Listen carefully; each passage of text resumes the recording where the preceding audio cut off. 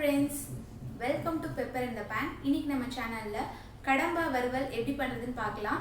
Video பார்க்கிறதுக்கு முன்னாடி இதுவரைக்கும் எங்க சேனலை சப்ஸ்கிரைப் பண்ணாதவங்க சப்ஸ்கிரைப் பண்ணிடுங்க and பக்கத்துல உள்ள பெல் ஐகானை கிளிக் பண்ணுங்க. அப்பதான் நாங்க போடுற அடுத்தடுத்த வீடியோக்கான நோட்டிஃபிகேஷன் வந்து சேரும். வாங்க வீடியோக்குள்ள போலாம்.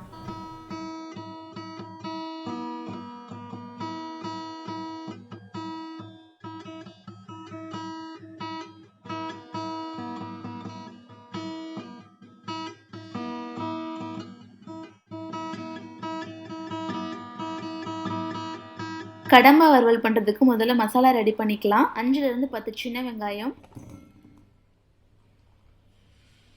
6லிருந்து 8 பல் பூண்டு, ஒரு சின்ன துண்டு இஞ்சி, ஒரு ஸ்பூன் மிளகாய்த்தூள், ஒரு ஸ்பூன் தனியாத்தூள், ஒரு ஸ்பூன் ஜீரகத்தூள், அரை ஸ்பூன் மஞ்சள் தூள், தேவையான அளவு உப்பு, ஒரு ஸ்பூன் லெமன் ஜூஸ். இப்போ இதெல்லாத்தையும் நல்லா அரைச்சி எடுத்துக்கலாம். இப்போ இந்த அரைச்சி எடுத்துக்கிற மசாலாவை நம்ம ஒரு மிக்சிங் பவுலுக்கு மாற்றிடலாம்.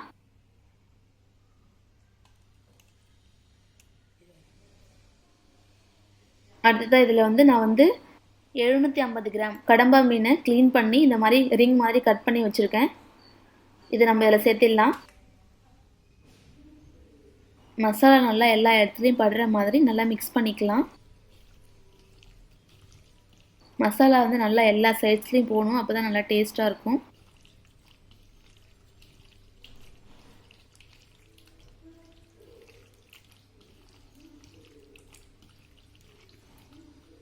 மசாலா நல்லா மிக்ஸ் ஆகிடுச்சு. இப்போ நம்ம 10லேருந்து 15 நிமிஷம் நல்லா ஊறட்டும். 15 நிமிஷத்துக்கு அப்புறமா ஒரு பேனில் 4லேருந்து 5 ஸ்பூன் எண்ணெய் சேர்த்துக்கலாம். எண்ணெய் நல்லா சூடானதுக்கப்புறம் அதில் நம்ம மசாலா தடவி வச்சுருக்கிற கடம்பாவை இதில் சேர்த்துடலாம்.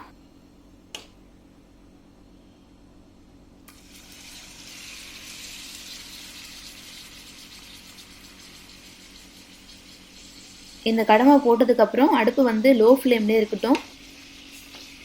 லோ ஃப்ளேம்லேயே வச்சு நல்லா ஒரு 10 நிமிஷம் போல் நல்லா இந்த மாதிரி மிக்ஸ் பண்ணி விட்டுட்டே இருக்கலாம். கடம்பாவுக்கு தண்ணி எதுவும் சேர்க்க தேவையில்லை. இப்போது தண்ணி எதுவுமே இல்லாத மாதிரி இருக்குது. கொஞ்சம் நேரத்துக்கு அப்புறம் பார்த்தீங்கன்னா தண்ணி நிறைய விடும். இதில் பாருங்கள் எவ்வளோ தண்ணி விட்டுருக்கு பாருங்கள். இந்த தண்ணி நல்லா சுண்டி நல்லா வரணும். கடம்பா இந்த தண்ணியிலே நல்லா வெந்துடும். நல்லா பாருங்கள், டைம் கொஞ்சம் ஆக ஆக நல்லா சுண்டி வந்திருக்கு கொஞ்சம். அடுத்தா நம்ம இதில் கருவேப்பிலை சேர்த்துடலாம். கருவேப்பிலை சேர்த்து நல்லா மிக்ஸ் பண்ணி விட்டுடலாம்.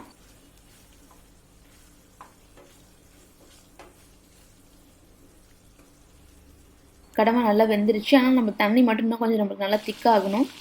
இது நம்ம ஒரு 10 நிமிஷம் அப்படியே சிம்மில் வச்சிடலாம்.